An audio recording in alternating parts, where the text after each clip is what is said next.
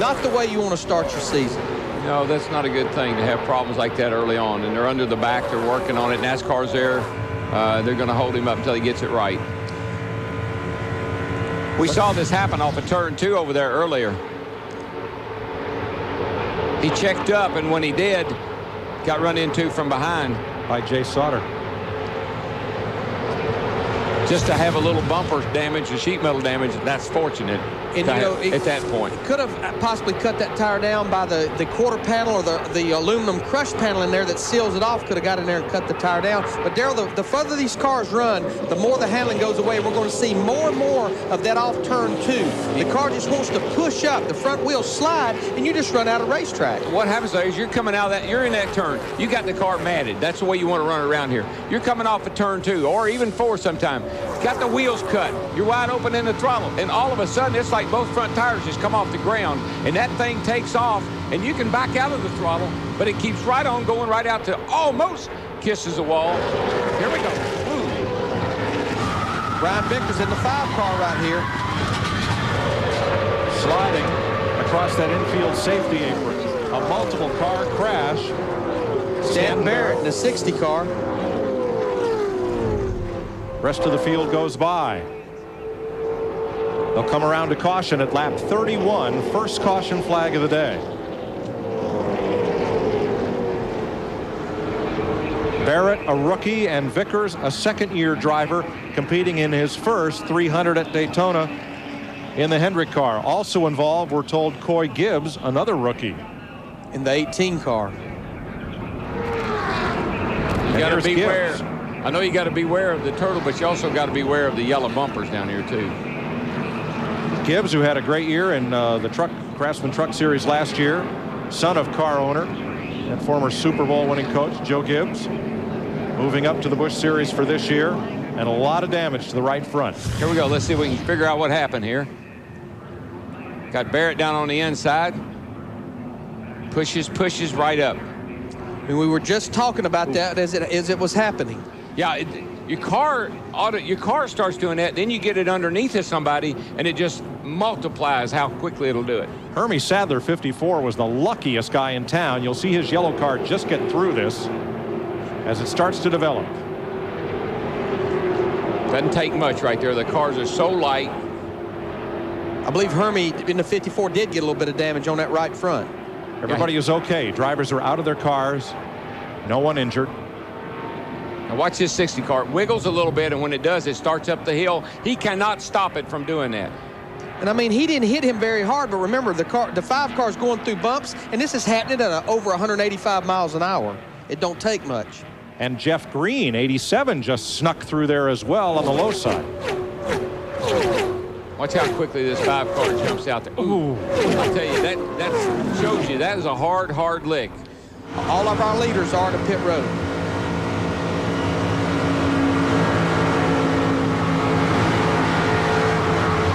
You can hear the 5 car playing with the throttle off the corner there. Matt? Well, Matt Kent's is dissecting his race car and what changes he still needs to make. First off, the car was running extremely hot. They're going to pull some tape off the grill to try to get more air in to cool down the water. Also, 1 more pound out of the left side tires, a half a turn out of the left rear, and also they're going to put a half a pound in the right rear. He wasn't able to really work on that race car on the racetrack because it was running so hot. To Steve Burns. Kevin Harvick with 4 tires. They're going to make an air pressure adjustment to loosen him up, Matt. Kevin said there was a vibration in that last set of tires. 99 car out. Let's go to Jeannie. Much better pit stop for the 8 car this time. Just 2 tires on that right side, and the jack didn't get stuck. So they're high-fiving throughout the 8 pit. A collision for Kevin Grubb leaving his pit. That was the darndest thing. One car almost wrecked 5, and all he was trying to do was get in his pit box. That 26 car, he was having a terrible time. That's Kevin Grubb. Once again, we're in the same situation. Even though we're 53 laps into this race, we still have 34 cars on the lead lap. First time by, all 34 lead lap cars were on pit road. Now watch what happens as Grubb tries to get out of the pit. He has problems coming in, and then he has problems getting out. Here he comes, and I think he goes to the wrong pit. Yeah, wrong pit. That isn't it either. So he has the backup. Now watch this. So here comes the guy that's supposed to be in there. No, no, hit another one. The hits just keep on coming. 10, 2, and 4. That's it.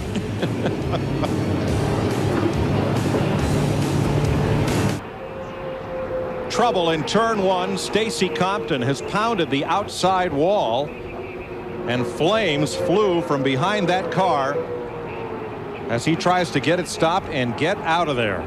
And the reason he can't stop it is when they hit the wall, it tears up the brakes. It tears the right front brake rotor up, and you got no brakes. So you got to just kind of ride it to the end. I'm sure he's got a lot of smoke and fumes in his eyes. And look at that helmet.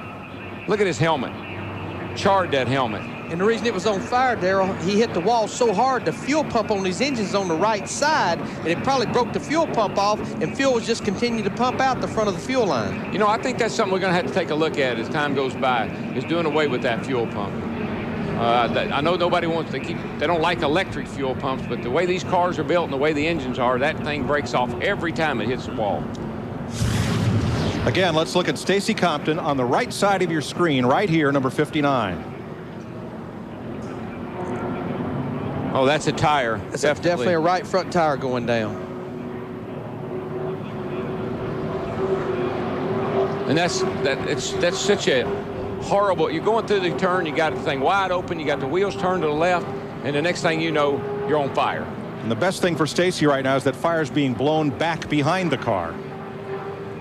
Guarantee you it's getting hot in there, and as he got out of the car, it appeared that his helmet was, it looked all charred up to me. I heard his crew telling him to get out of that thing. You saw the window net come down even while he was still rolling.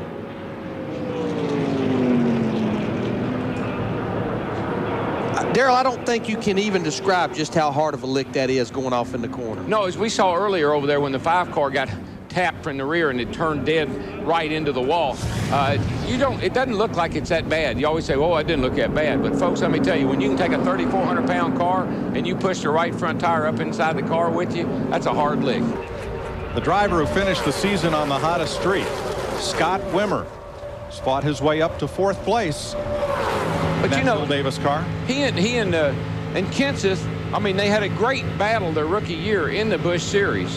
And so they're very familiar with each other. They're very comfortable with each other. They're good friends. So it doesn't surprise me to see them hooked up and working together the way they are. Yeah, I mean, you talk about his streak. He won 4 of the last 8 Busch races in 2002, including the final 2 at Phoenix, Arizona and Homestead, Florida. But he said one thing that he felt really helped him at super speedway racing was when he substituted for Kenny. Trouble, turn 4. One car sideways off the wall. It's Jeff Green. 87 car. Our pole car. Slaps the inside barrier. And that may be it for tomorrow's pole sitter for the Daytona 500. Caution is out. I am so thankful for that pavement right there. That used to be grass, and it used to go for a whale of a ride right there, but they paved all that. He slid, they got to run the speed off, buff the speed off. There's that 20 car smoking. Mike Bliss. But that pavement right there has saved a bunch of guys. 4th caution. Has it been doing that very long? About 5-10 laps or so. Mike No, Bliss. everything's fine. My oil's a little hot, 250. Looks pretty good right now. Let's see if it clears out or not. That's Mike Bliss's team. A watch from the right side of your screen. Oh. Got a little help. That was the 10 car of Scott Riggs behind him.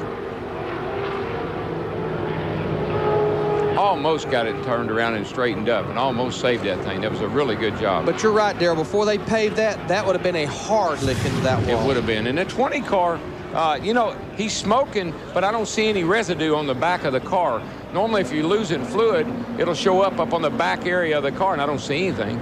Darrell, the way this track used to be configured, here is gate 7 and the access road. But this area and this area all used to be grass. And I remember you sliding through there, and when your wheels hit that access road, your car went like that. I mean, you'd hit so hard here, sometimes you'd end up all the way back out here. It would hit so hard, which I think is what happened to you, Darrell. I was going to say, were you here in 1983? I was here.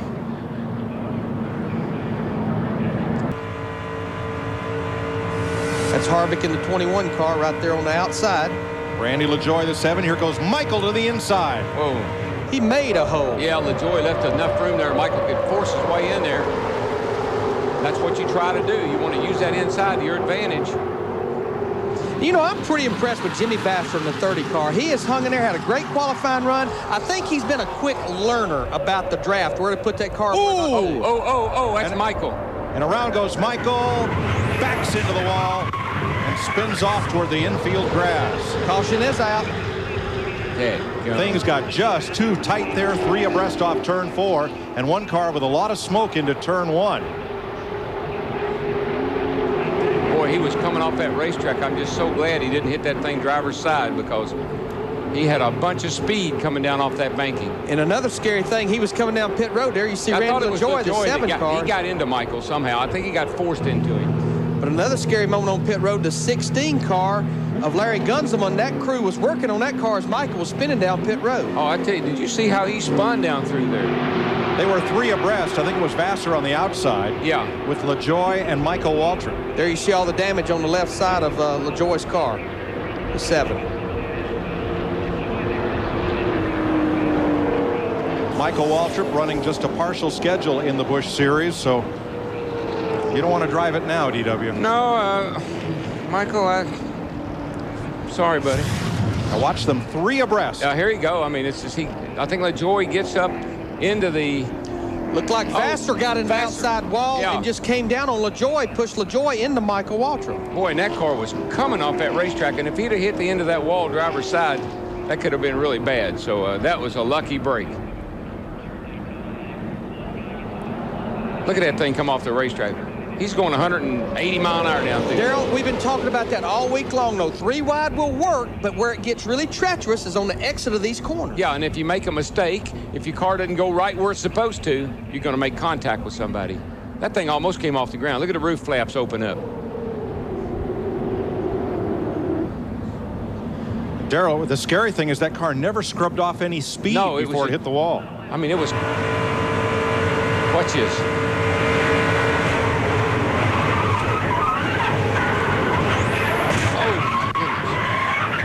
Dick Berggren. 2 Chevrolets and a Ford right there. And of course, I know Kansas would like to bring the Ford home in first place. Dale Earnhardt Jr. getting a little bit of help off this lap car up there. It won't be much, but you get a little bit of help even when you can see that car. Well, Kenseth's looking low. I think he's got to move. He does. I think that lap car caused that to happen. Matt? Mike Kenseth kept yelling at the spotter, tell the Ford to stay with me, tell him to stay with me, not try to pass me so soon. It's going to mess up both of us.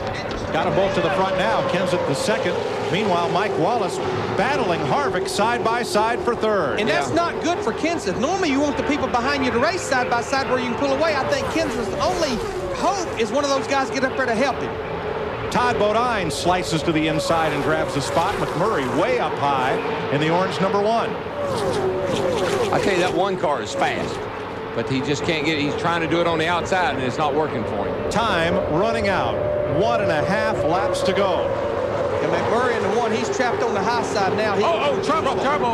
That's Vasser. Jimmy Vasser in the 30. And he takes Jason Keller with him hard into the outside wall, and then gets hit hard by Mike McLaughlin. Now this will be the race here. Remember, they will not red flag this race as they come to the white flag and the caution. This is the race for Dale Earnhardt Jr.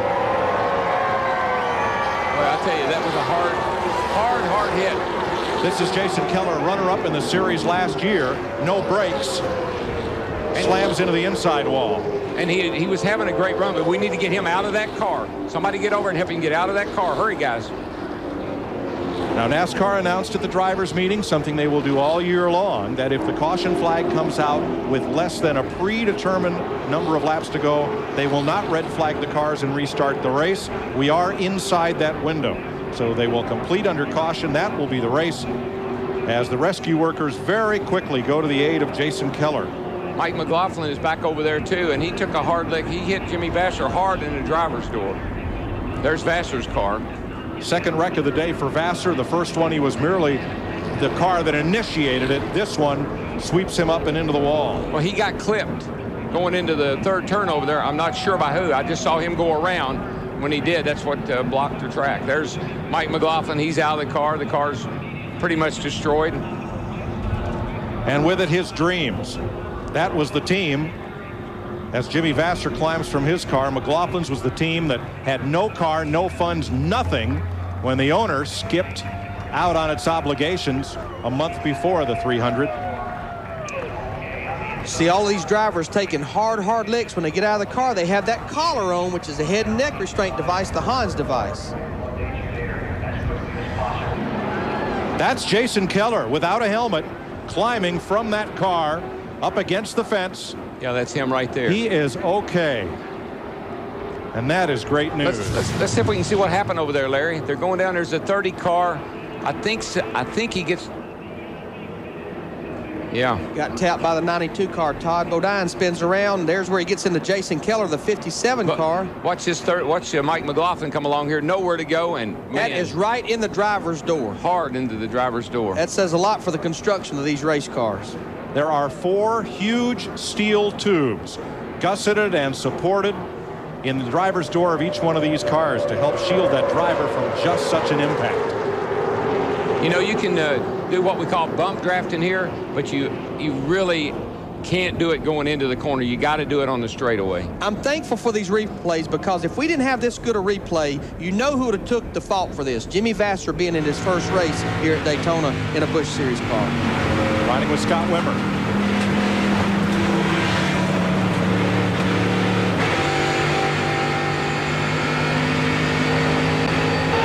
And Mike McLaughlin. Oh, this ought to be incredible.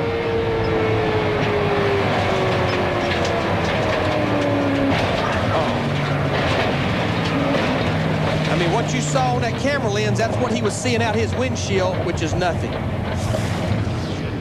Dale Earnhardt Jr. will roll into victory lane. He's won everything there is to win so far this Speedway.